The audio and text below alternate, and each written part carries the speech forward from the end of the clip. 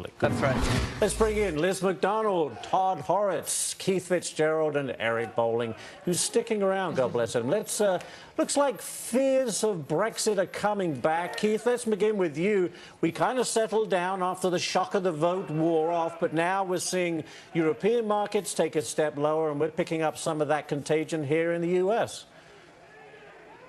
Well, we are, and what's interesting about this is you've got sort of the knee-jerk reaction that has faded into the woodwork, and now what you're getting is the hardcore logic. So you're seeing a difference between the armchair traders who are reflexively hitting the sell button and those who are figuring out what positions they want to own carrying through the end of the year, and by implication, that means how exposed do we want to be to Britain at this point? Good point. Todd, very quickly, what's your take? Are we going to have this uncertainty around for a long time? The Brits can't get their political parties in shape, and we don't know what's the impact, long-term impact is going to be on the UK and, for that matter, the EU economy.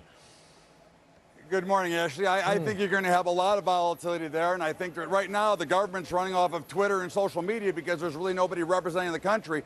I think it's going to be, at the end of the day, I think it's going to be great and better for the country, and I think it's going to lead to others that are going to eventually change the way the euro operates or end the euro. So I think it's actually a good thing going forward. Quick word of advice on what Todd just said about other countries in the Eurozone leaving the EU. Yep. Watch that 10-year German Bund yield. It's now at negative 0.12. So it's dipping lower into negative territory. That's a fear trade, meaning that there's fears that other countries will follow Britain. Domino effect will continue. Out of the EU. So, like the safety. Yeah.